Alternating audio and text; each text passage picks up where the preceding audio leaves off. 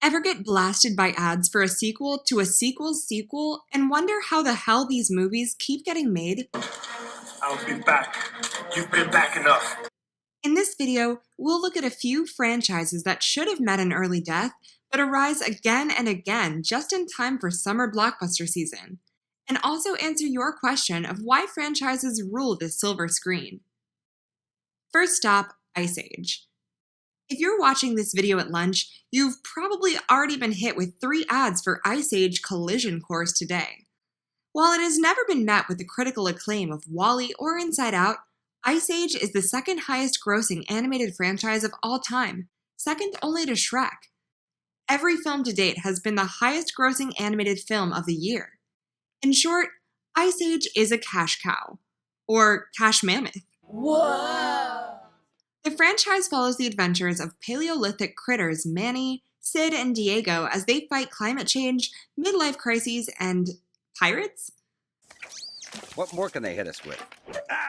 Oh, and don't forget that little squirrel thing Scrat, the comedic relief turned poster child that started pissing people off before Minions made it cool.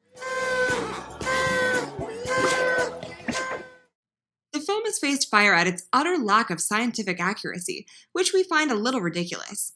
Hey nerds, when a movie is about talking animals, Richard Dawkins probably isn't the director. And guess what? This time around, apparently the gang is blasting into space. So don't expect any newfound respect for what did or didn't happen in the Paleolithic era. Movie number 2, Paranormal Activity. Here's a question. How do you spend $15,000 and make $190 million? Try making a movie using a camcorder. Oh wait, you'll need a buddy with a 3-bedroom suburban house and some low-level video editing software too. Pretty high barriers to entry, right? Paranormal Activity's combination of low production cost with great viral marketing made for one of the biggest return on invested budgets ever. Which explains why we're currently 6 movies deep, with no signs of slowing down. This is no coincidence. At a certain point, their marketers tried to hide this fact, which is why we only got up to 4 before the numbers got replaced by ominous words like the marked ones or the ghost dimension.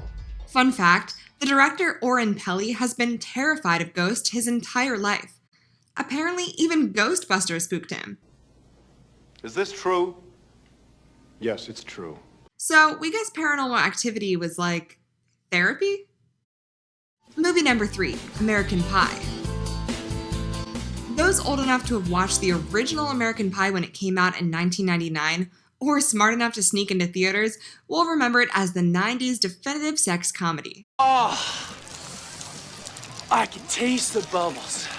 Awkward virgins, cougars, and pastries turned paramours. It's not what it looks like. Fast forward 10 years and we were 8 movies deep.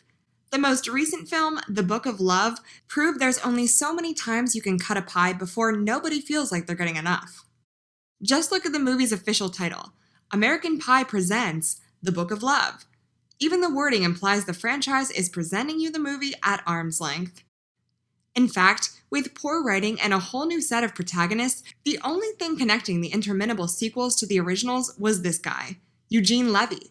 You know, the dad without boundaries. Hey, big boy. Hey, how you doing?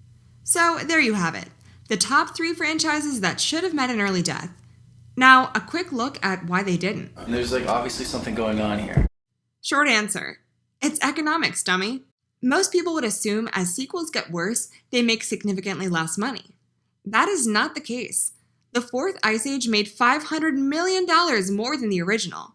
The 3rd Paranormal Activity topped the 1st by $15 million, and the 4th American Pie matched the original. I love to dive around in it like a porpoise. With numbers like that, it's less surprising that in 2014, 12 out of 14 blockbusters were sequels. Compare this to 4 sequels out of 35 blockbusters in 1999. Hollywood is making a lot less movies and a lot more sequels.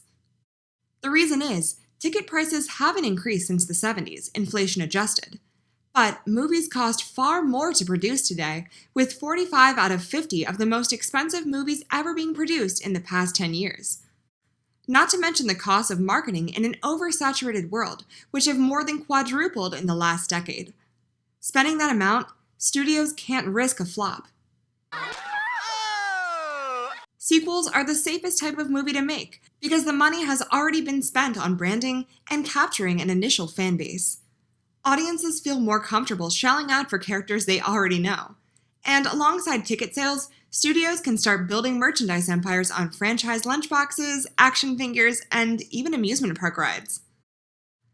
So, in an increasingly risk-averse Hollywood, expect to see a lot more of Scrat, Sid, and the gang. Who knows? By the time Ice Age 10 rolls, we'll be in whatever age came after that. The gross, slushy Snow Age? Oh, pretty. Will you two quit it? Make sure to check out www.film-fish.com for more great movie recommendations. And if you want to shove that acorn up Sid's nose, give this video a like or a share.